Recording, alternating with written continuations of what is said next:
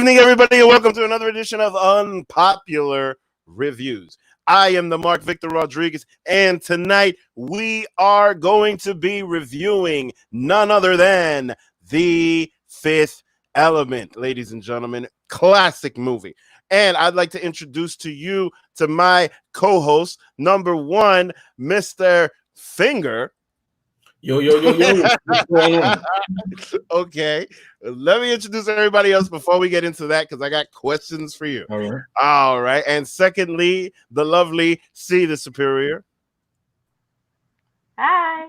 Hey, Chrissy. And last but not least, our very own executive consultant.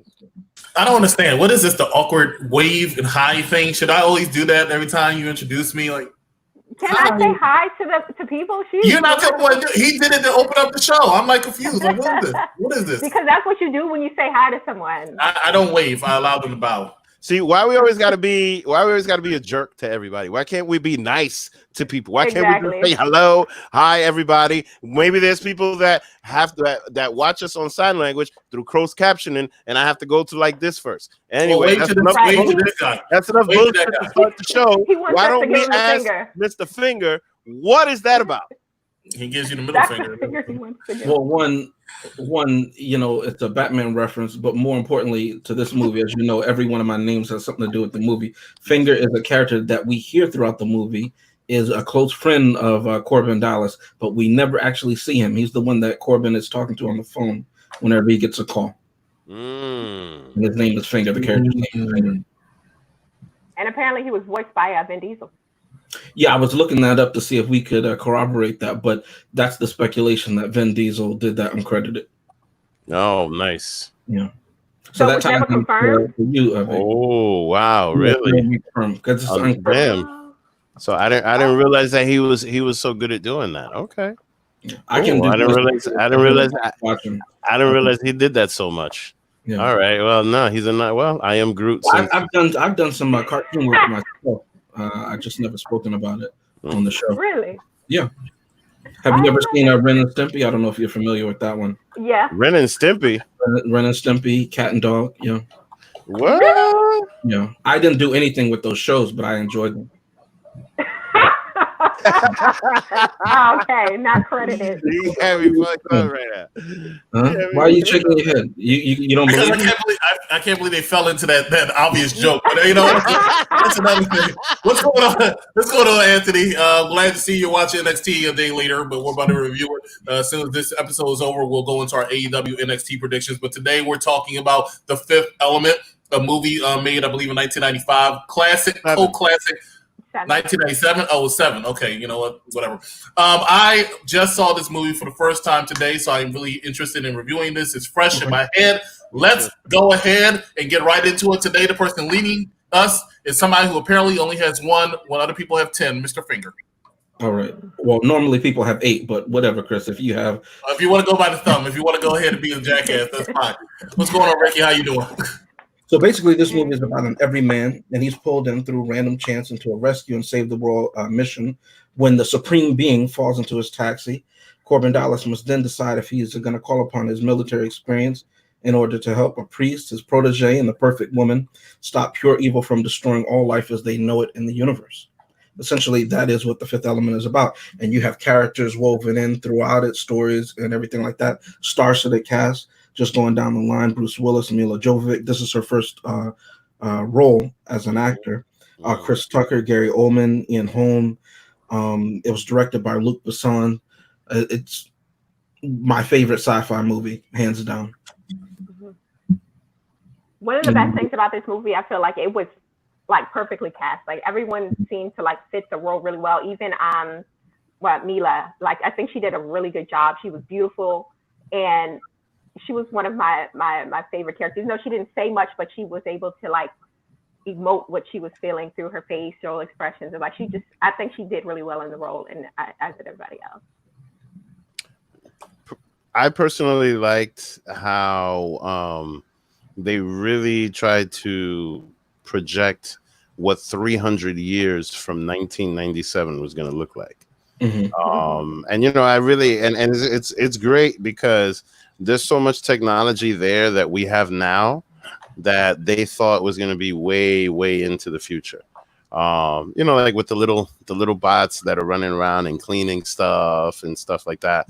Like I thought that was cool. The whole thing with the phone, with his mother calling him all the time, like, man, you're lucky it's not FaceTime. That's all I was thinking. You know what I mean? Like, and a lot of the stuff was pretty cool. I was very, very happy to see Debo as president. Yeah. That that got me hyped. I was hyped to see that because you're just so used to seeing him. You're not used to seeing him in like a vulnerable role. You're just used to seeing him like mean and dominant and Zeus, like, you know what I'm saying. So that was that was pretty cool. Did Debo get Chris Tucker the role? Did Chris Tucker get Debo the role? Because they were both on Friday. See, no, I wonder that because those two movies were not too far apart. So they definitely, I would say it was definitely Chris Tucker that gave it to Debo. You never know because Chris Tucker was a star in this movie. Like he was really, really funny. Perfectly A little bit extra feminine for my taste, but he was very, very funny. The outfits were awesome. I don't care what anybody says. Whoever designed the outfits on this movie, spectacular. Give them a raise and an award. I don't know if it won any awards for it. I know it was nominated for an Oscar, but whoever did like the costume design, awesome. Like some of the stuff was a little corny, but it is like the 90s, like the way like the aliens, like I forget. Oh yeah, exactly. You have to. I see what you mean. No, you have to look at it through 1997 goggles. Yeah, but even with that, like I still think that a lot of the stuff was really good. Like CGI is terrible, but other than that, like there's a lot of stuff that for those standards for that time, it's really good. And I think that I personally enjoyed this movie. I really did. I'm not gonna lie. I saw it today for the first time, and there were things that was just like but at the same time, that's me looking at it through 2020 goggles and having modern things. But like I said before, I really, really like the technology, and like honestly, like I would be annoyed with all of those like notifications for everything. You know what I mean? Like, he was in the car and everything is just notifying you. And you have one driver's credit, whatever he said. Yeah, like everything that you do, you have like this little thing that you have to like. Oh man, that shit was annoying. So, but it was cool. It was just very nice to see something a little futuristic and how they just wrapped it. Like in the end, the one thing that I liked is what the fifth element actually symbolized. So, but I'm sure that you'll get more into that. But yeah, it was cool. I am curious to know what Chris thought of this since this was the first time that you saw this movie. I think Vic, this is the same for you. This is the first time that you saw it. But let me just go on. I'm a little confused. If this is the first time you saw this movie, why did you want to review it so badly? I wanted to review it. I said, Vic. No, but he got so excited. He was like, yes, let's review Fifth Element. Because I've heard a lot of good things. I've heard a lot of good things about Thor Ragnarok. Doesn't mean I want to. I haven't heard a lot of good things about Thor Ragnarok, and I've seen Thor Ragnarok. That's why I think Thor is trash. What? It's nice to hear you making some sense for him. Thor. Here's the thing. You know what the funny thing about Thor is? Let's talk. Thor has his best moments in like Avenger movies and other people's movies. Yep. Like, but in his own movies are crap. He doesn't get that shine. I agree. Yeah, he gets all this extra shine. Like, look, he gets Mjolnir, and then they loses the thing, and then he gets the new one, and then comes back kicking ass in Endgame, like, and basically kills Thanos. Like, he does all of this crap, and then he gets fat in Endgame, and like, yo, it's mad cool. But then in his own movie, this shit is whack. Anyway, so back to Die Hard. But not no, but Bruce Willis is not a great actor. He's just great at the roles that he plays. Like, I think he's a pretty decent actor, actually. But wait, what did you say? What is his range? though? He usually plays the same character. Actually, no, you should have seen him. Yeah. You should have seen him when he was on Friends. Like, that was wild. Yeah, when he was on Friends, he was like this really sensitive guy, and I couldn't take it. Oh, see, I haven't seen it. I don't. I couldn't take it. He was dating Rachel, and he was like mad soft, SAWFT, like really, really soft. And I was just like, oh my god, turn this off. This is not Bruce Willis. But yeah, Oh, wow. I haven't seen him in anything other than the tough guy role, and he does it well. I'm not hating on him; he does it well. But I don't see him as anything no, it's else. just he's so typecast. It's like he's got like this Al Bundy thing. Like, you know, it's so hard to take him out of being John McClane. Like, he will be John McClane forever, no matter what other movie roles. I disagree with that. I think Bruce Willis has been in plenty of movies that have been very successful, where people can look at him and not just look at him as the guy who played in Die Hard. Yeah, I think what you're really saying is, well, and this is my opinion, he really encapsulates the everyman. You know what I mean? And that doesn't have anything to do with his versatility as an actor. I'm not saying that he doesn't have versatility. He does. I believe he does. But even in this, when what made Die Hard stand out was he wasn't some superly muscled dude like you typically saw, like at the time at Rambo and with the Arnold Schwarzenegger in his film. He was an average sized dude who got hurt in his movies, who really went through it, and he got the job done. And in this one, in Fifth Element, you see that a lot. There's a little callback that we're joking about when they're on Lost in Paradise on the ship, and he's wearing a tuxedo, and the tuxedo's getting ripped, and it's reminiscent of that scene in Die Hard when he's running through the upper levels and they're shooting the glass out and everything like that. So that's what we're joking about for those who are watching. But I just want to go back and touch on something that you all mentioned before. You know, I watched this movie a bunch of different times. It's one of my, like I said, one of my favorites, my favorite sci-fi film. But every time I'm always catching something different, something new. You know what I mean? Going back to when I first saw it, you know, I was 13, 14 when this movie came out. It was visually stimulating. You know what I mean? When you look at, well, again, like as Vic says, this is 1997. To see New York, and I mean, they used every penny on that CGI budget, model scaling, you know, practical effects, and it was so sumptuous that your eyes were looking everywhere and still glued on Lilu as she was standing on the ledge of the building. You know what I mean? When you look at costumes, like Chrissy said, the costumes are not like anything you ever see in any other movie. It's like a fashion designer designed this movie. And let me say this: you have average-looking people. You have crazy looking people. You have the most stunningly beautiful or strangely beautiful people in this movie. Whoever casted this movie did a fantastic job. And another thing about the casting that I really love, that really struck me then and now, this is supposed to be Brooklyn. The movie starts in Brooklyn, right? And then, of course, it's supposed to be a united Earth or federated. Well, no. The movie starts in Egypt. No, that's true. But I mean the movie proper, you know what I mean? The movie proper. Yeah. But even to that, let me go back to that because that's a great point. When you look at Egypt, the children who are I presume supposed to be Egyptian look like Egyptians look. Yeah. And typically, whenever they show Egyptians, they look like they're from Arabia, you know, or the Arabian Peninsula. They don't look like they're African. And anybody who's been to Egypt knows when you go out of those city centers, or even in the city centers, those kids look very reminiscent or even darker. The movie showed that. When you go to Brooklyn, you see everybody under the sun in Brooklyn. You know what I mean? It's an Earth that I guess assume it's one government Earth, a federated Earth or federated planets, whatever like that. You see all different ethnicities. You see mixtures of ethnicities. It's a beautifully populated movie. You know what I mean? And it was. I mean, did you notice how Debo said they had 200 billion people on Earth? Like, I was like, damn, we have trouble. We're pushing 9, and we're having trouble. Like, wow. And we don't know that they all live on Earth. You know what I mean? Because remember, they are a spacefaring people by this point, and they do have interstellar travel. We just know that the Federation is 200 billion people. You know what I'm saying? And remember, Earth can tolerate much more than 9 billion. The reason why we struggle now is because we use we don't use too many resources. We don't use reusable resources. We use resources that are finite. Do you see what I'm saying?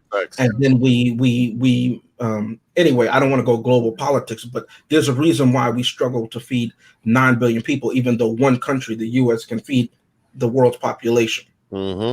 You know what I mean? So this is not something that's beyond the realm. But the only reason I bring that up is you see everybody under the sun. And coming from New York, coming from DC, that is comforting to me to know that the world that I know exists. Yeah. That all different peoples exist. And they're not ancillary characters, background characters. They're characters in the forefront. You know what I mean? And they have something to do. They hold positions of power. It was just beautiful. And being 14 years old, sitting in a movie theater and seeing that, I hadn't seen that since then. You know what I mean? And I hadn't seen it up to that point. And that's why I say it's my favorite sci-fi film, because it's not like anything else. The ships aren't beautifully designed. You know what I mean? They look organic. They look like cobbled together. It looks dirty. If you notice the city, whenever they show Manhattan, there's like hardly any water. They have the bridge, but all the water was gone, and you have houses and high rises underneath the bridge. You know what I mean? So it's great. Like the Statue of Liberty sits on like a higher pedestal, but it's surrounded by residential areas. You know what I mean? Where's the water at? There's no water except the Atlantic Ocean. You know, so we know that there's history. We know, to Vic's point, that they must have used a lot of resources, and they had to maybe go to the stars. You know what I mean? So it looks like a world with the history. It's so textured, and you catch it as you watch it over and over, you know? I enjoyed that about the movie too, because unlike Friends, it was very diverse. Yes.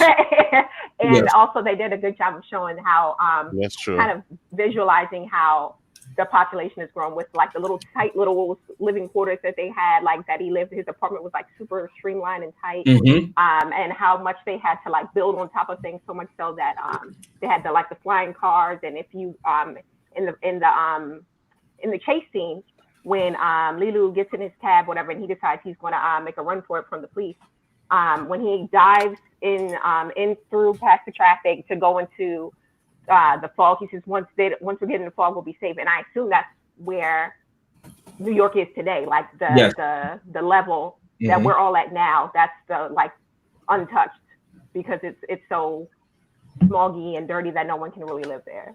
So I thought it was interesting. It's a nice touch. Yeah, I really did like the New York look. I mean, from my point of view, there was no kind of wildlife, but it still looked beautiful. It had its own aesthetic. You know what I mean? Of if we just consumed, it just looked beautiful. You know. Jesus. Chris has been very quiet. I'm curious what he. Let me get it all out. Let you know before we talked about some of the stuff that we saw in this movie. You know, but since we're on a shorter time period, we're actually just going to come back, and then I'll give a couple of my thoughts before we deep dive into the movie. And I'll tell you a lot of positives about the movie, maybe a negative too. We don't know. We'll be right back after a brief message. Thank you for watching this edition of The Unpopular Review. If you like what you're watching, please subscribe to us on our social media on Facebook, Instagram, Twitter, and YouTube at UPR YEPILW. Also, while you're at it, subscribe to our friends at Yep I Like Wrestling on the same social medias at YEPILW.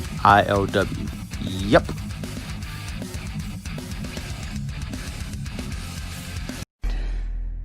So was I.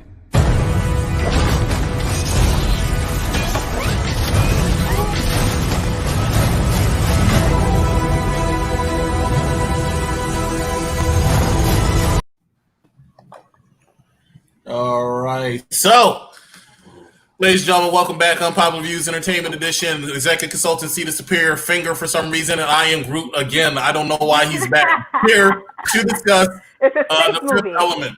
Now, ladies and gentlemen, I'm sure y'all want to know what is my opinion. That's the first time I've seen this movie. Let's talk about some of the fundamentals of this movie that I saw. We're starting off with the main character, Bruce Willis' character, who's I forgot his name, Dallas, which is a terrible football team. Anyway, Dallas, and he's here, and he's a sick individual. He needs to be arrested. He needs to be locked up. He needs to be put down. This man was pissing me off throughout the whole movie. Why was he pissing off? First, he's a little sick guy.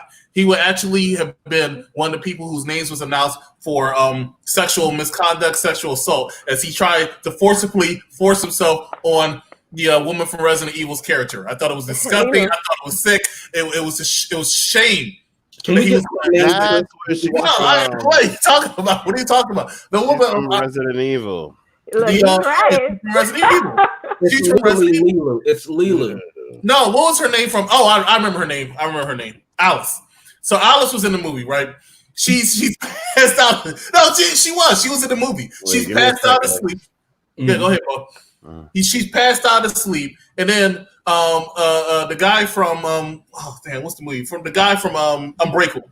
He comes and he's leaning over her, and he attempts to rape her.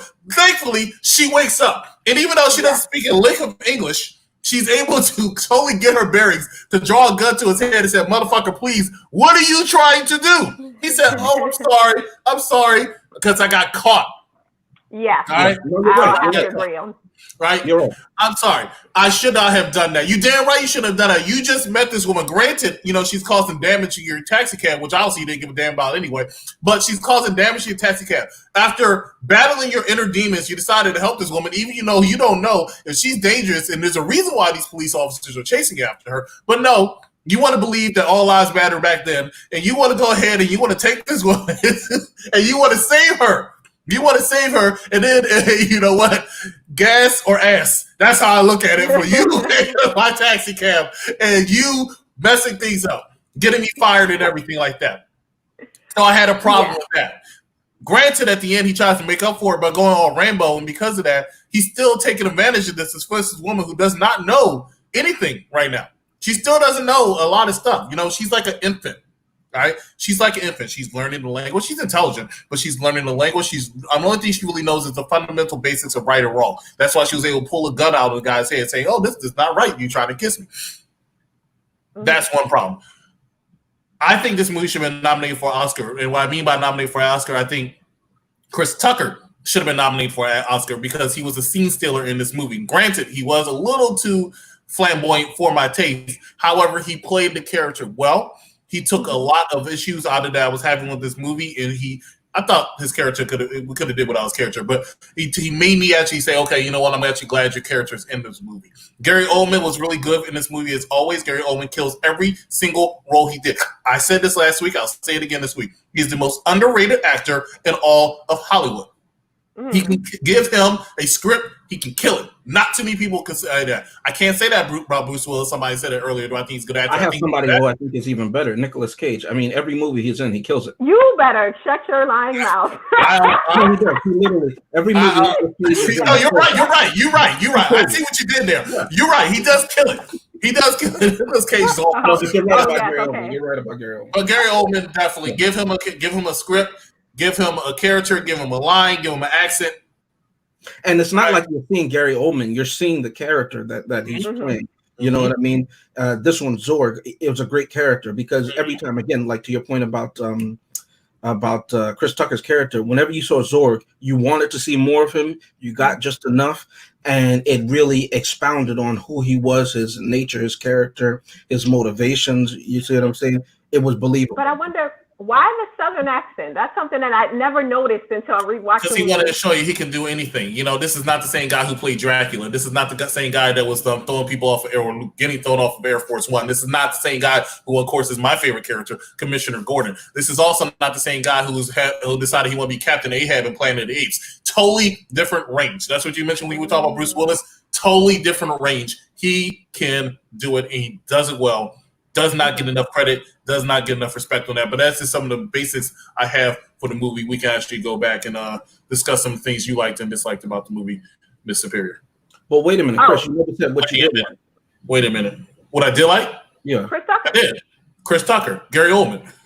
I like Gary Oldman. I did. You know what? The problem where this movie is going to fail for me, if it failed, because I'm not saying I gave it a thumbs up or a thumbs down yet, but the problem I would have had with this movie if it fails for me is that, but I don't blame it. Okay, so understand where I'm coming from with this. Okay, the special effects, Victor said were horrible. I don't think were horrible. I think they were very good for the time that it came out.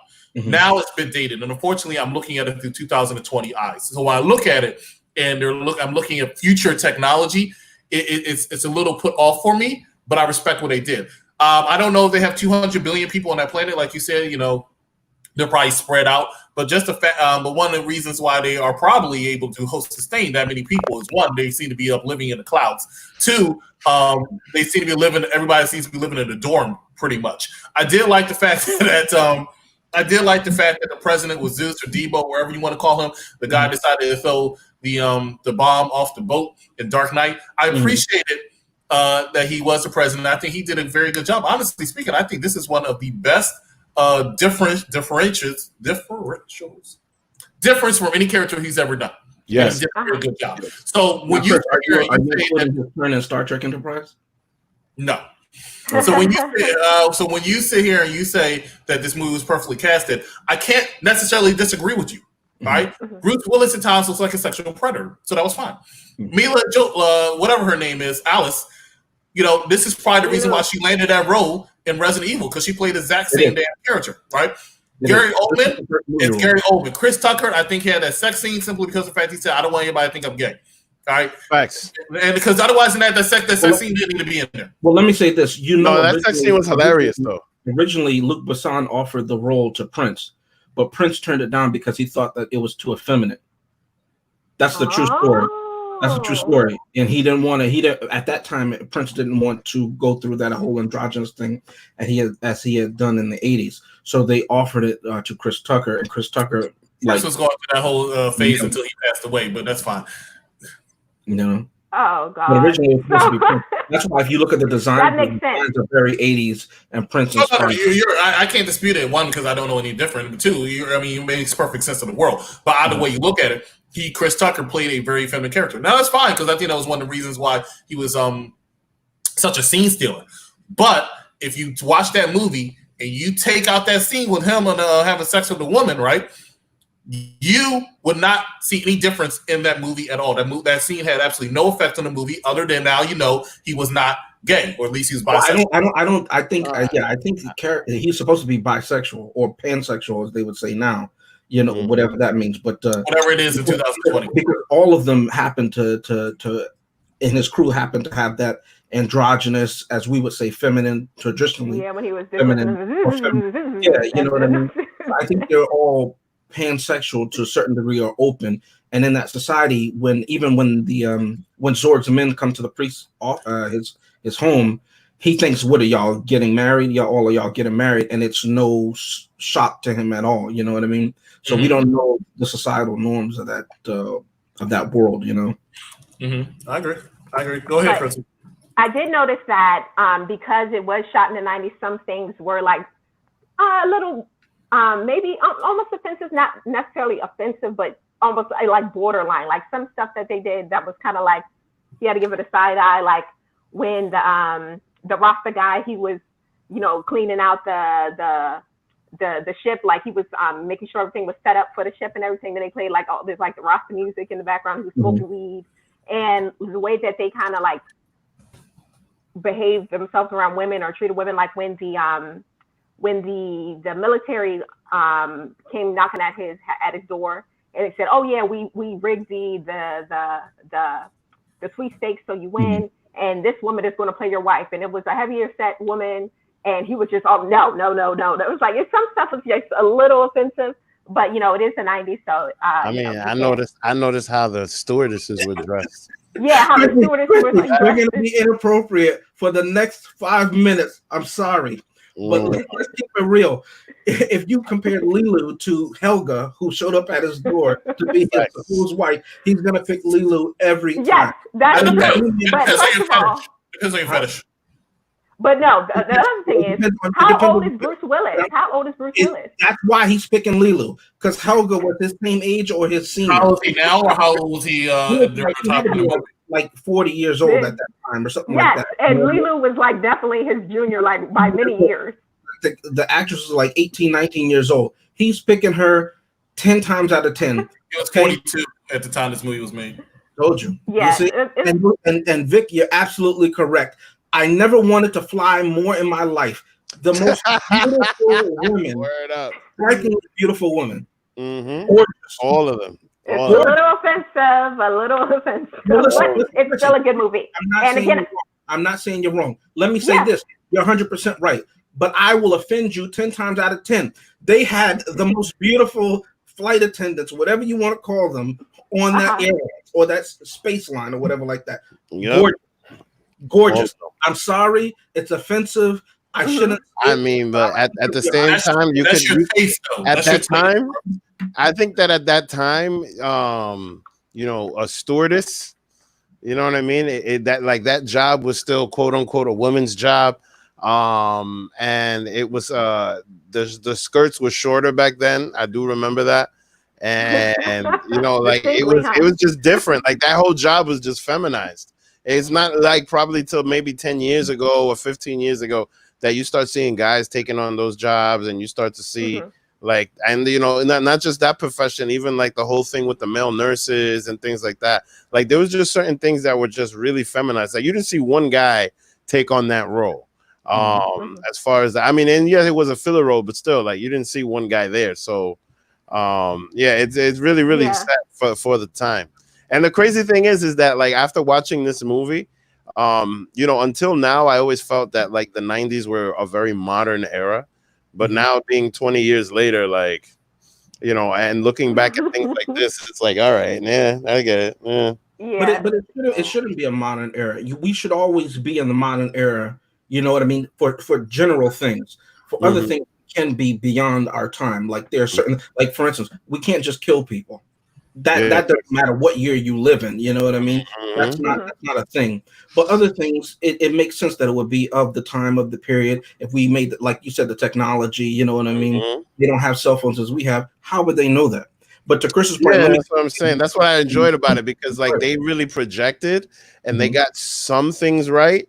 And then there's certain things that like they just really went above and beyond, and there's certain things that we can be at, but there really is no way of regulating that. Like, you know, the whole thing with the flying cars and all of that, I think that technology is there. I really do. I just don't think, I think that it's just hard to regulate. It's just hard to control, like to have people literally flying around. Nobody wants that. I want it. I want it. I want to fly. I want to fly, Superior. you have the ability to get your you can become a pilot. But no, I was thinking, even as I was rewatching, because I haven't seen this movie since I was a little girl. And the only reason I saw it then was because my cousin Junie, he used to watch it all the time in his room, so I would always like watch it. But before when I was little, I didn't notice, like, you know, like certain things that would say, I just saw that it was bright and it was, you know, fun to look at, and they had like a lot of jokes in it, so in your case you kind of catch on to certain jokes. But as I was looking at it this time, specifically with the flying cars, I was thinking the way Lilu jumped over to kind of get away from the cops and she dove. Can you imagine how many people like will try to, you know, in themselves that way, and how often that would happen in this kind of this reality? So that's why I'm like, I don't think this would ever happen, because it would be it would just be impossible to. Well, let me say this: there are countless people who jump off bridges in New York every day. That's true, but they don't have to. People with flying cars, and then what if they live in New York to jump out their car? And then because they live in New York? Yeah, they get depressed or whatever. Especially in Asia, you see this a lot. I would be depressed too if I lived in New York. I understand. But you always want to come to New York, isn't that something? I come to New York to visit you all. Let's be real. If it wasn't for that, it wasn't for that. And because, and you know why you originally I hit the lottery. I hit the lottery. Viewing party. All the time. Why you want to come to a viewing party? Because it's popping in NYC. Get it? I'm sorry, Chrissy. Vic is being rude. I apologize for him. No. You know why? He's from New York. He's from New York. Vic is being real. I'm not a fan of New York, but you know, I get I get the appeal, but I wouldn't want to live there, only because it's so crowded. But anyway. It's like you have 200 billion people living in New York. You know what I'm saying? You're breathing the same air. You might have lab creations falling out into your taxi. You don't want to see that. You don't see that. Yes. And that's why we're going July 6th, phase 3. Okay. We're already on phase 3. We're about to go back to phase 1. You're about to go back to phase 1. You're about to have the remake, okay? Yeah, we are. You're all about to have the remake.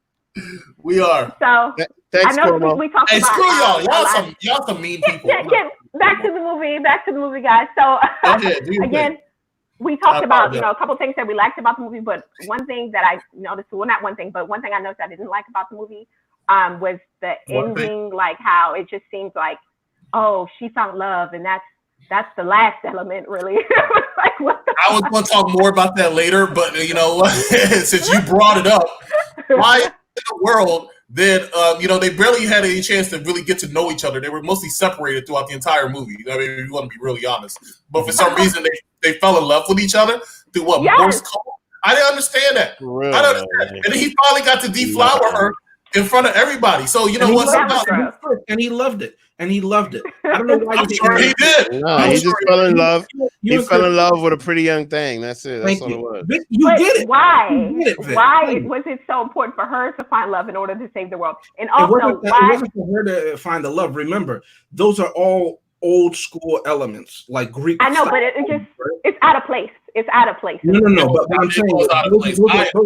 I agree with Chrissy 100%. Those are not elements like Earth, Wind, Fire. Like those are not elements like on the periodic table. Those are like Greek elements. I'm being honest with you. If anybody can Google this, those are elements like Greek elements in Greek philosophy, right? Mm-hmm. And so they held on to that. So love stopping pure evil, which is hate or antipathy, would make sense. It doesn't mean that because she's a woman that she had love. I didn't take it that way. You know what I mean? I took it that, again, what would stop evil? Remember, they shot missiles at it and it made evil stronger, right? Evil begets evil, the priest says in the beginning of the thing. So the only thing to stop evil is love. Alien technology, because she was an alien enhanced or created. Remember, even in the Bible, it says, don't match evil for evil, but overcome evil with good. Mm-hmm. Love but she could be good just by the mere fact that she's completely innocent. No, well, one thing that I didn't understand. I didn't understand how come their at least their opinion of what is perfect is a skinny Irish woman. Mm-hmm. Like I didn't that was another thing. But she's very beautiful. I didn't understand. No, she is beautiful, but I don't understand what makes her Irish. And she knows how to kick zombies' ass. That's true. That's what makes it perfect. Okay. I think but she reminded me of Black Widow in that. Like that made me think about Black Widow when she started kicking ass. But you know what I liked about that whole situation is that like you didn't see that coming. Like, you know, even though when she said to Bruce Willis, like, oh, hey, listen, I'm here to protect you, blah, blah, blah, this and that. At that moment, you're like, bitch, please, what are you talking about? You know what I mean? But like, then when the monsters come and then she's just messing them all up like she's Black Widow, I was like, oh, okay. Well, something I think y'all are forgetting. Remember, when she's in the priest's apartment, she's studying all the last 5,000 years. Remember, Vito says this, right? He says she's learning, she's studying history of everything. So she's studying martial arts and everything like that. When she says to Bruce Willis, yeah, when she says I'm the supreme being, I save you, she's speaking about the reason why she was genetically engineered. As far as being the perfect creation, I didn't take it. It stood out to me again, my 2020 brain and being an adult. Like why is she the perfect vision of what perfection is? But I didn't take it that the movie was saying that she's perfect. Again, to Chris's point, it could be that the director found her perfect. But I'll say this movie did. This movie is based off of a French comic. And a lot of the character designs are similar to the character designs in the French comic. Okay. I'll look up the name of that. Okay. So that explains Chris Tucker. That's a lot of that is because Prince, remember, they wanted him to do the role. No, but I mean like the character being French, like this whole coming from the French. Yeah, it has a European. That really explains Chris Tucker and the way that that makes a lot of sense. So, but I just took it that this is just how she happens to look. And remember, when the doctor is describing her as perfect, he's not talking about anything aesthetically. He's talking about her DNA sequence. He's talking about everything that she can do genetically, how she could create a bunch of different life because she has so many DNA strands. It's like in Man of Steel when they imprinted the codex in him, and he had the potential genetically to recreate the Kryptonian race in all its different varieties. Not necessarily that it was housed in this case, in this white woman or in Henry Cavill. It's just means genetically she was created perfect. She didn't have any abnormalities in her genetic sequence. Whereas no matter which color any of us are or ethnicity, we would have imperfections in our genetic code because the gene is not perfect. It's been duplicated over and over and over, replicated. You have different traits from different people, from different imperfect things throughout the the annals of time. You see what I'm saying? So we're not perfect. So when the doctor is describing perfection, it has nothing to do with aesthetic or ethnicity. It's purely about the genetic thing. She's perfect. Her choices are perfect. I see what you mean. See, because I kept focusing on the red hair with the blonde roots. No. All right. That was actually, they were dyeing her hair first, but then it just damaged her hair and she had to wear a wig. But the final scene, or one of the final scenes, when they they combine all the elements, so they put it all where it has to be, and she explodes, or she sends the beam of light up to the asteroid or whatever. I don't understand how Bruce Willis' character survived being in that circle of power. Like that's another part that I didn't get. Like how is the power of love? Haven't you seen Back to the Future? Yes. No, I have not. Oh my God! That's why you don't know. Christy, you are not missing anything. You're not missing anything. Chris, you shut your commie mouth. That's un-American. Shut your commie mouth. That's it. That is un-American.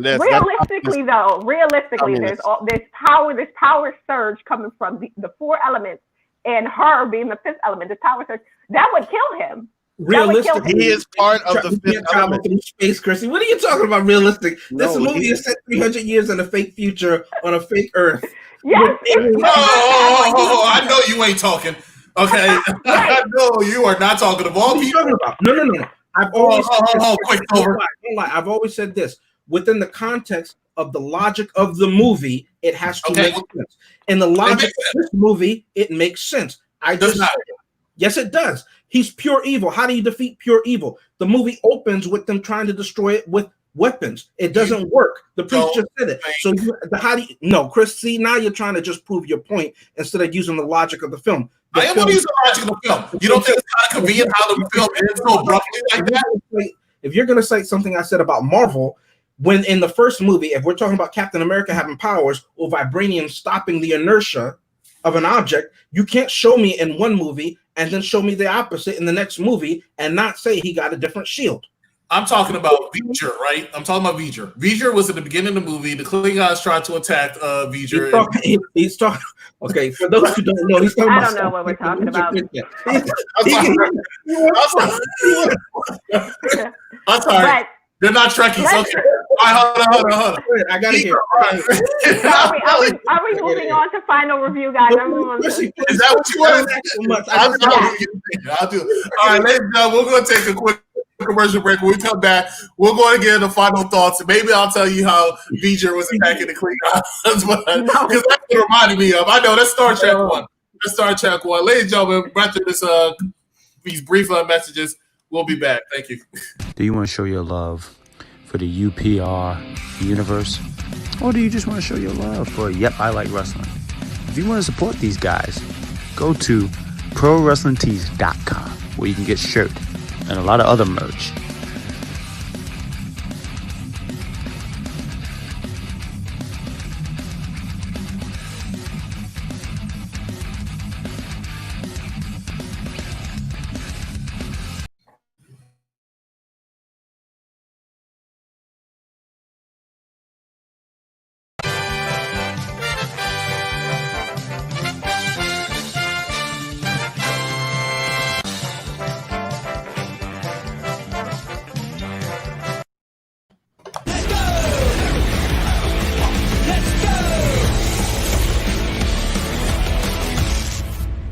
So, you're supposed to be Tom's best friend that he won't shut up about. Well, I don't see the appeal. That is very...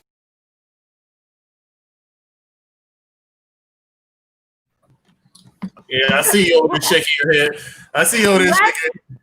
Yeah, next Thursday. We just talked about this. We just talked about it, and that's how quick I go through things. It's going to happen. Sonic the Hedgehog is our next one that we're going to review. And I can't wait for that one. See Sonic, look, Ronald P. Jackson's interested. He loves Sonic. Ronald is the only one who wants to see that. That's not, people want to see Sonic. Ladies and gentlemen, Family Feud coming up. Actually, within less than a week, you're going to see Family Feud. So if you're a fan of UPR Wrestling, check us out, our Instagram and Twitter on that one. We're here, ladies and gentlemen. We're down to final thoughts, final reviews, and we're going to start off with the person who only has one finger because he's number one, Mr. Mystery, Mr. James. You can believe me. You can. Huh? Oh no, I'm responding. Ron is actually going to join us on Saturday for the Captain America Civil War review, as well as that's going to be a full episode, ladies and gentlemen. We're talking about we're talking about nonsense. We got nonsense, power scales, romance. Not only are 4 of us are going to be there, Bad Guy Jack's going to be there, and I believe Rashad will be there. And I also have one other person who said that she wants to join us. We'll talk about that later because I think we're 50 people at one time. But that's this Saturday at 4 o'clock. I need to be there. This isn't true. There's more of us. You sound like a cult. Stop. Yes. And go ahead, James. Your final thoughts when it comes to this movie known as The Fifth Element. Final thoughts. Listen. Don't do it. I love this movie. It's a personal favorite of mine. But as I've always said before, I'm fair. Does the CGI stand up to Avatar or something that came out yesterday? No, of course not. You know what I mean? Do I mind as a cinephile? No, I don't. I love the models. I love the model scaling. I love the practical effects. I love the CGI. I love it for the nostalgia. I love it for the characters, the acting. All of it's engrossing. Chris is right. Vic's right. I'm fair. So let me just say this. Watching it again now with the 2020 goggles on it, the stewardesses still look great. I'm sorry, Chris, you're wrong, but no. But when he kissed Lilu on the couch, that bothered me because where's that coming from? Where's that coming from? I'll even lose credibility and say somehow they fell in love at the end of the movie before I give credibility to why is he kissing this random stranger? Why does he feel that privilege that he gets to do that? You know what I mean? Like, where does that rapist coming from? And the reason I say I'm fair with that because in Superman Returns, I realized that Superman was a rapist, and I told Chris, "No, Chris, listen, I gotta tell the people. I told them years ago that Superman was a rapist. It's very emotional for Chris. He can't take it." And he slept with Lois Lane and then erased her memory so he wouldn't have to take care of the kid. And I said, Chris, that's wrong. Chris back then he said, "You know what, James, you're wrong."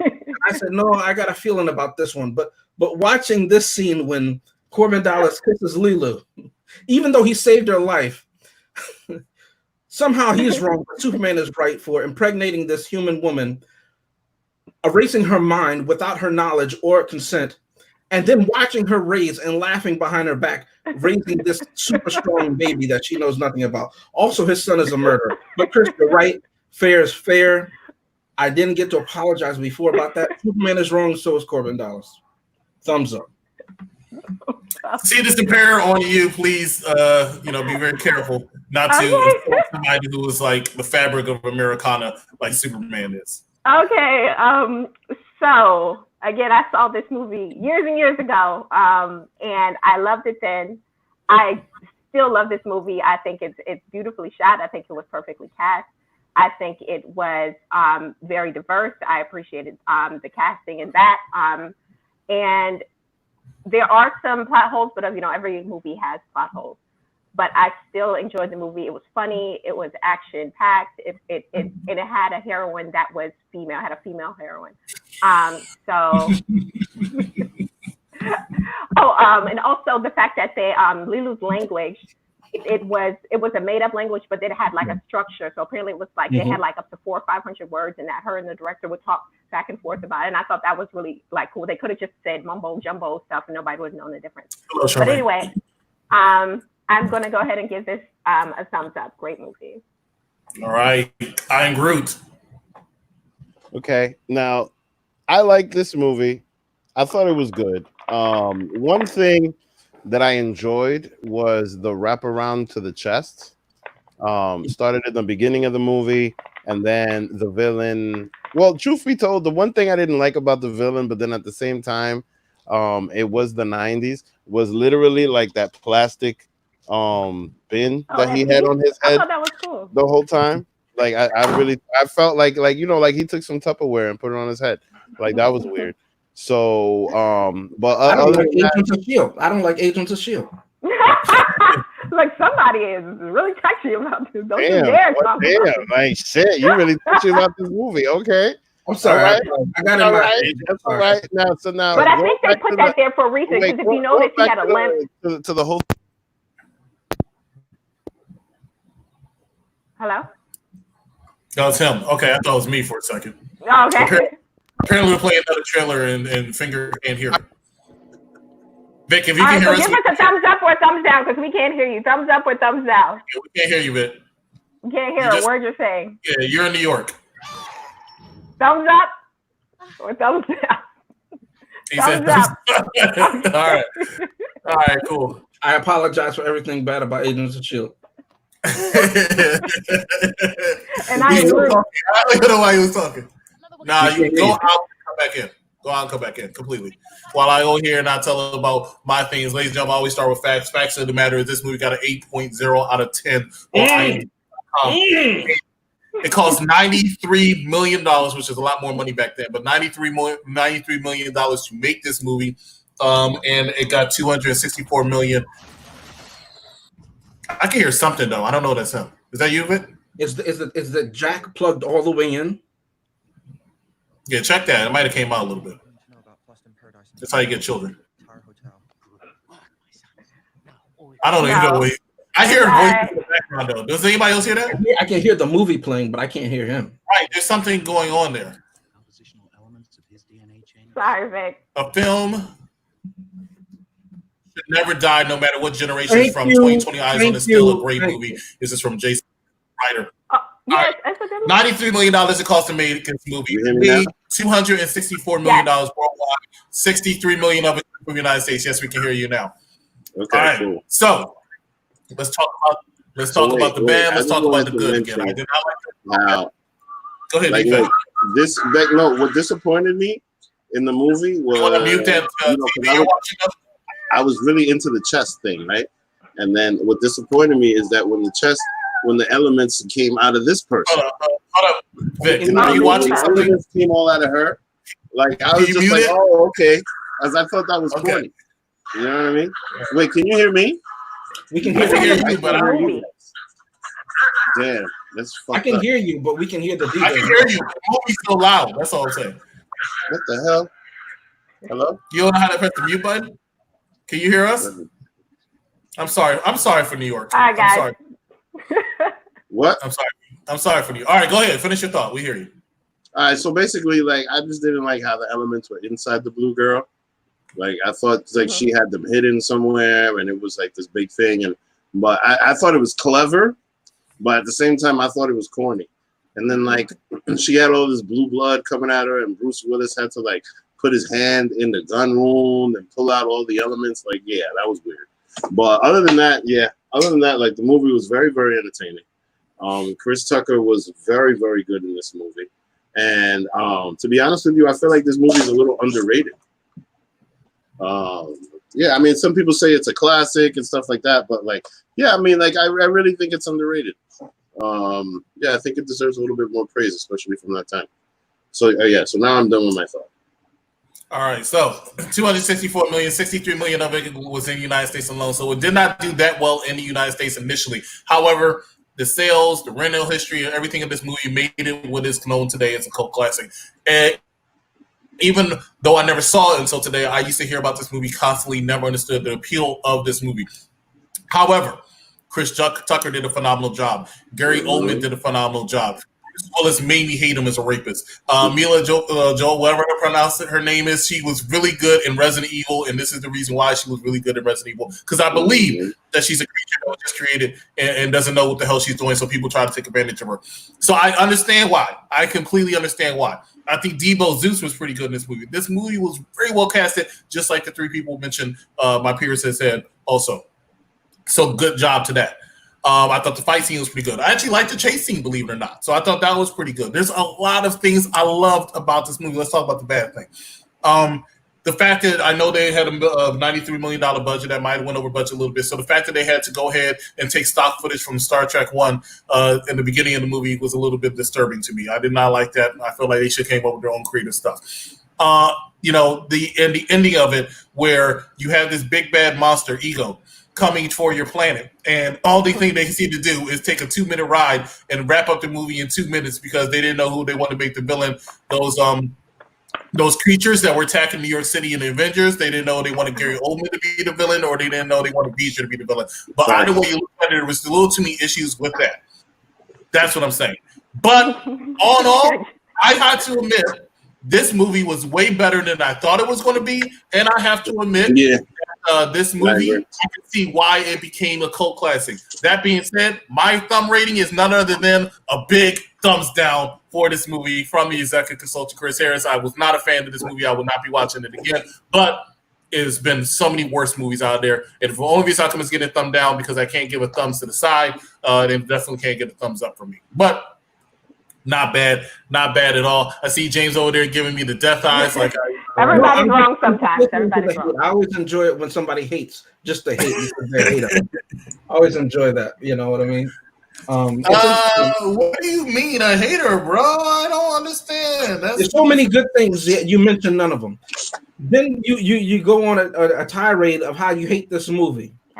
You spent your whole life not watching this movie, and now you see it, and the only thing you could do is give it a thumbs down. Yeah, Jason. You're disrespectful as hell.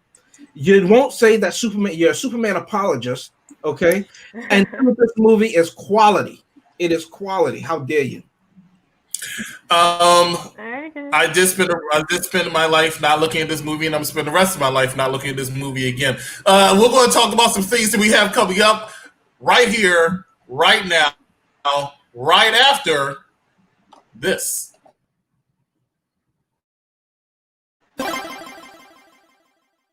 Let's have a dream which isn't under control. And then you would get more and more adventurous.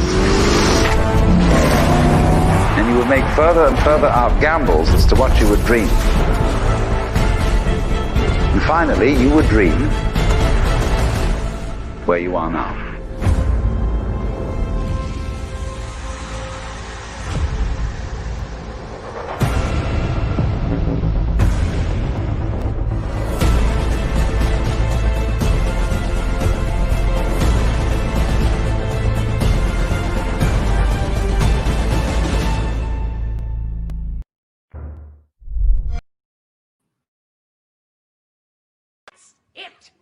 What'd I say? Al Bundy, you are charged with crimes against obesity. 2, 4, 6, 8, don't make fun of our weight. 2, 4, 6, 8, don't make fun of our weight. 1, 2, 3, 4, you're gonna fall through the floor.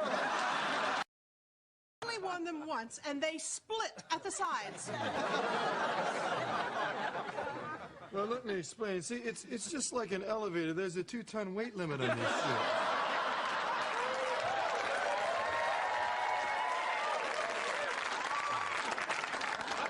Let's say I nail the soles directly to your feet. It'll give you more traction when you're pulling the ice wagon. You will be hearing from my attorney. Is that the law offices of Hagen and Dotz?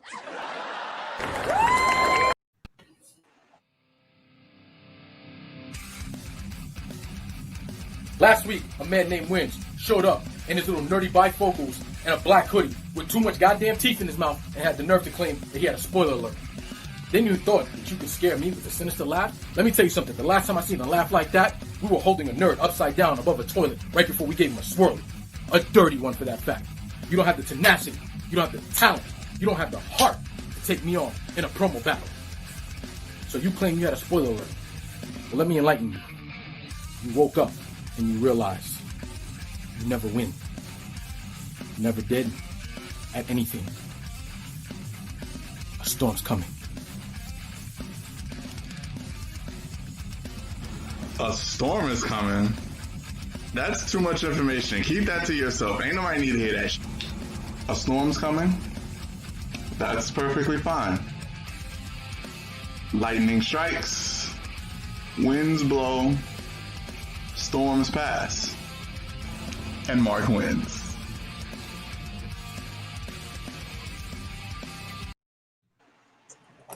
I did play all those because I'm not going through all the promos and plugs that we have going on, ladies and gentlemen. Make sure you tune in to UPR in a couple minutes as Mark Victor Rodriguez and myself are reviewing NXT AEW, but next week we have Family Feud. Thank you. Undertaker is coming up since The Undertaker just retired. As well as this Saturday, we're going to be reviewing Age of Ultron. Captain America, Avengers 2.5. That's what it is. And I only had that one up here. I messed that up. But we'll be Civil War. reviewing that, and that's 4 o'clock on Saturday, and then next week, right back here at UPR Entertainment for Sonic the Hedgehog. So, quick, just quick. Go ahead. I just saw Jason's comment. I would highlight it, but I'm still new to this. The film's director of casting spoke volumes on equality and diversity. Underrated. Deserves a lot more praise than it got. Very well casted. Thumbs up. I agree. That's one of the reasons why I love it. You know what I mean? We don't see that. We don't see. This is what Hollywood always talks about. You know, these different movements that they want.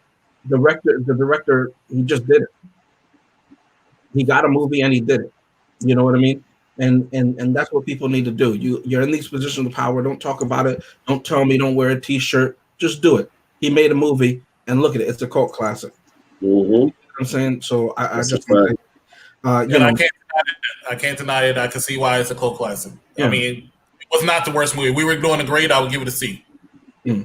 Thank you for that low grade. But I also want to say, please join us next week when we talk about Checkers, the anthropomorphic rodent.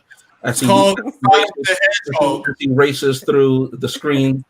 I'm sure I'll be there, exhilarated and excited. So thank you. You should be. It's a good movie, and we could play Sonic on the screen. Yeah, I want to go watch Sonic too because I'm invested in the characters, Dr. Robotnik and all that. It was actually a pretty good movie. Jim Carrey killed it, but we'll talk more about that next week. So and rest in peace to Ian Holmes. Okay, yes, rest in peace. For Finger for Seated Superior, I am Groot. No, I'm sorry. See, you made me mess that up because I said I am Groot, and Dave's over here thinking I'm glossing over something. But for Finger for Seated Superior, for I am Groot, for the executive consultant, which is myself, we will see you either in a couple minutes or next time here for Unpopular Reviews. Yes, he did disrespect Sonic the Hedgehog.